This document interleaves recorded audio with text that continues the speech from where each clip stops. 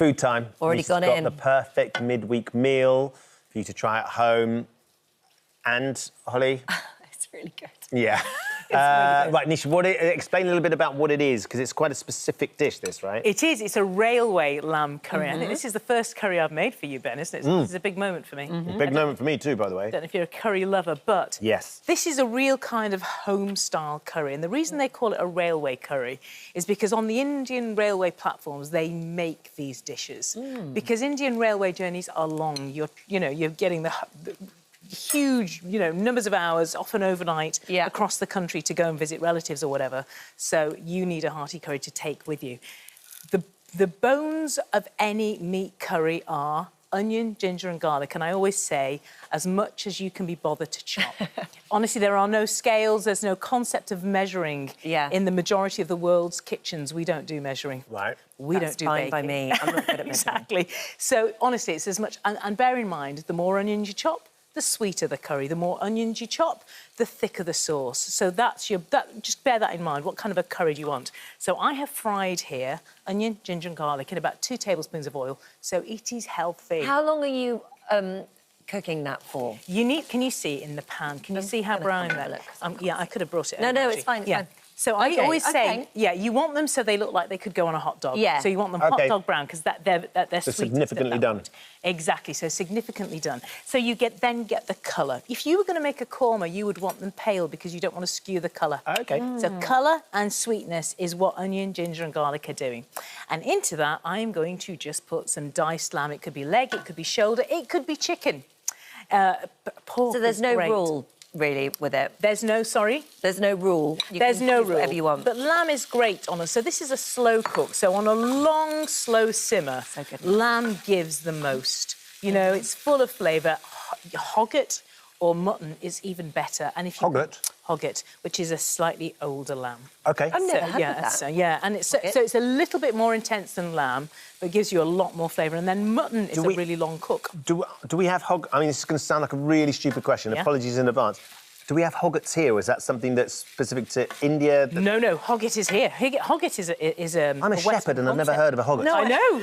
I love that. I feel like... Hogget is slightly older. I'm letting down my So nest. you've got lamb that's young, then you've got a bit older is hogget, and then the older sheep is mutton. Oh, I see. So it's the sort of between those. It's only to do with age. It's not to do with type of meat livestock or anything like that. It's just to do with age. Hogget, yeah.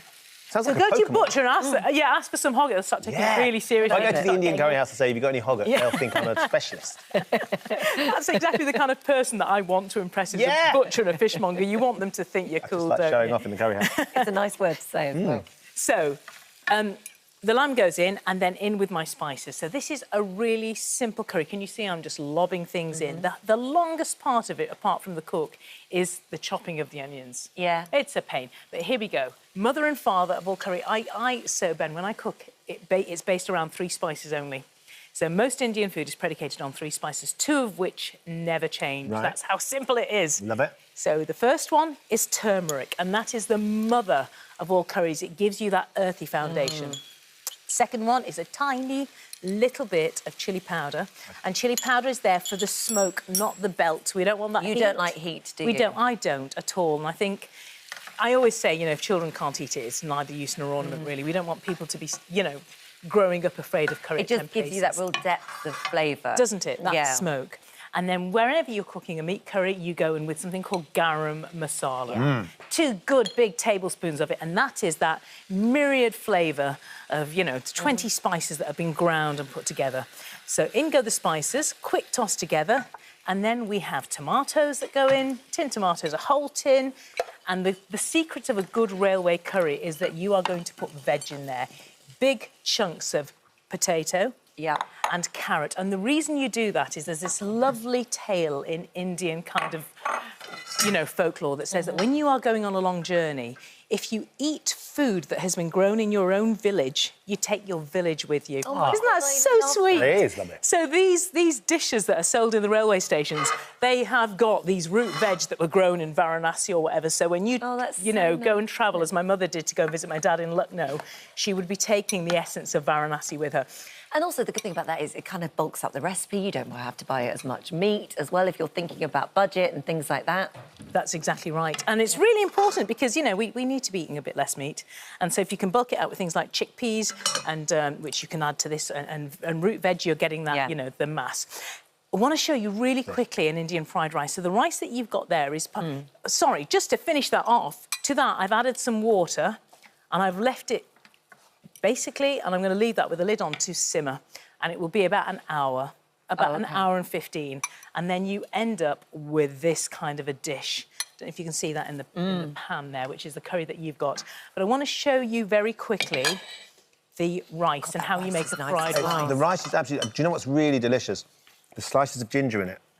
Like I've never had that on any curry I've had. Like that much clean, fresh ginger. Yeah. It's unbelievable. It really freshens the palate, doesn't it?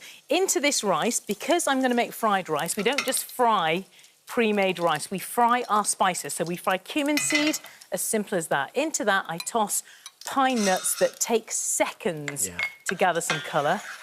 And then this is my big rice hack.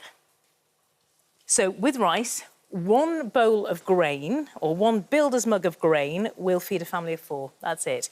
In that goes into the hot oil, and we then toss that together with those fried spices. And then the secret is, whichever vesicle you have used to measure your rice, you do double of water. So it's the same bowl. Well, that makes it really easy. All those kids going to university, pay attention to that. That's made it really proper simple. hack, that. Yeah. This is proper uni cooking. Yeah. How many friends are you going to make I being able to know. create that kind of thing? Now, the secret with rice is You'd make a lot of friends if you were going to cook it, by the way. I know. Yeah. It's the only reason I've got a social life, then. Honestly, it's not personality, it's garam masala. I'm in. So we simmer that. This is absolutely delicious. Is it? I'm so glad you like it. Simmer that, and then as soon as it starts to dry up a little bit and you don't know what to do with it, you don't know if it's done or it's burning, you simply put a lid on that rice and you switch it off. And leave it. And in 10 minutes, that rice will have cooked itself. And then you just assemble it all together. And then you assemble it together. So then what you have is you have your rice with your pine nuts. We get a bit of curry on. So, Ben, what do you think? Well, I've nearly finished it. I think that says it all, doesn't it? I've literally been... a very good time. Scoffing. Nisha is absolutely delicious. Thank you. Pleasure to feed you. Lovely, Thanks as for Midweek waiting. curry, amazing. If you fancy giving Nisha's curry a go at home, the full recipe is on the This Morning app. Thoroughly recommend that one.